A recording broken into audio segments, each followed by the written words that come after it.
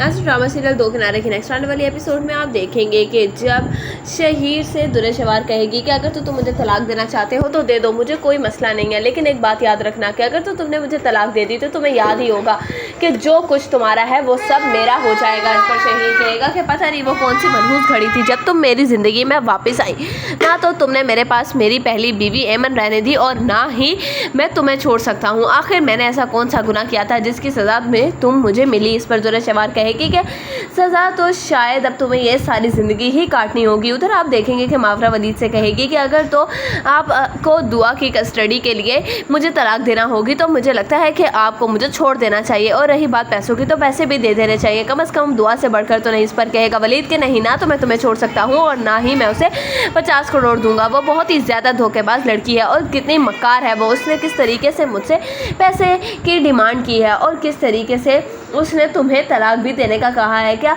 मैं उसके ही इशारों पर चलता रहूँगा कठपुतली बनके? मेरी अपनी कोई ज़िंदगी नहीं जिसको मैं गुजारने का हक रखता हूँ। इस पर कहेगी मावरा के वैसे भी आप कौन सा मेरे साथ खुश हैं, और मेरे साथ तो वैसे भी आपने ज़िंदगी नहीं गुजारनी थी, अगर तो आप मुझे छोड़ भी देंगे तो इसमें कोई हर्ज नहीं है, मैं आपसे कोई भी गिला नहीं करूँगी अपनी बेटी की खातिर। इस पर कहेगा वलीद के नहीं, मैं दुर्रे शवार की ये बेजा ख्वाहिश नहीं मान सकता, मुझे लगता है कि अब मुझे भी उसको उसके ज़रिए ही हैंडल करना होगा। जिस तरीके से वो कोर्ट के ज़रिए मुझे नोटिस पर नोटिस भेज रही है, मुझे लगता है कि अब मुझे भी कोर्ट का ही सहारा लेना होगा, क्योंकि इस तरीके से तो दुर्रे शवार को कुछ भी समझ नहीं आने वाला। उधर आप देखेंगे कि जब आइमा सारी बात बताएगी तैमूर को और तैमूर की माँ को, तो इस पर तैमूर कहेगा कि अम्मी आप समझाती क्यों नहीं है दुर्रे शवार को? अगर वो चली गई है वलीद भाई की ज़िंदगी से तो उन्हें सुकून से रहने दे, क्यों उसने उनकी ज़िंदगी अजाब बनाकर रखी हुई है। इस पर कहेगी दुर्रे शवार की माँ कि हाँ मैं जाती हूँ और करती हूँ दुर्रे शवार से बात, आखिर उसने मजाक क्या बना कर रखा हुआ है, उसने तो कहीं पर भी इज्जत नहीं छोड़ी हमारी और ना ही हमें कहीं मुँह दिखाने के काबिल छोड़ा है। इतना अच्छा वलीद था,